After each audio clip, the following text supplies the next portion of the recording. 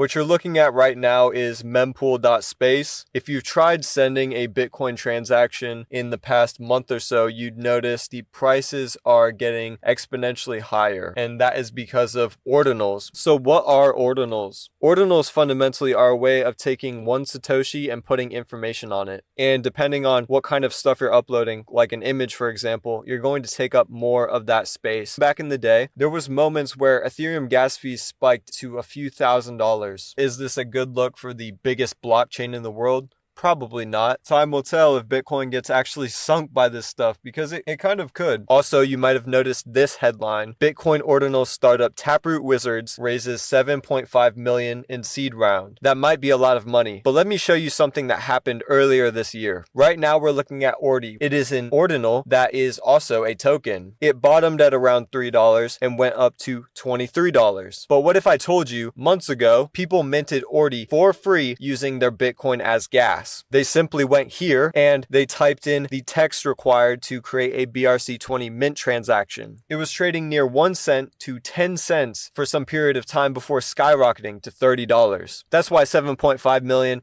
isn't really that much to Taproot Wizards. I'm sure they'll be selling land, whatever they need to do to make that money back. Now, just to go over ordinals as a broad spectrum of things that exist on the Bitcoin blockchain now: games, profile pictures, text, and you even have applications which are made possible through recursive inscriptions. Firstly, I'll go through the profile pictures because these are what people recognize as NFTs. A popular example would be Bitcoin frogs. When I started looking at them, they were about $100 to $200. Nowadays, they are 0.14 Bitcoin, meaning they are about $5,000. The BAYC of ordinals, I guess you could say. There's going to be less and less of these PFP collections, and the reason is because putting data on Bitcoin is getting more and more expensive. So images of this quality are getting harder and harder to create. The barrier to entry to actually create a collection is harder than Ethereum, if you can even imagine that. Now, text files can be multiple things. They can be scripts, or they can be representative of other things like a block, for example. Here we have bitmap. It is a text file. If I put in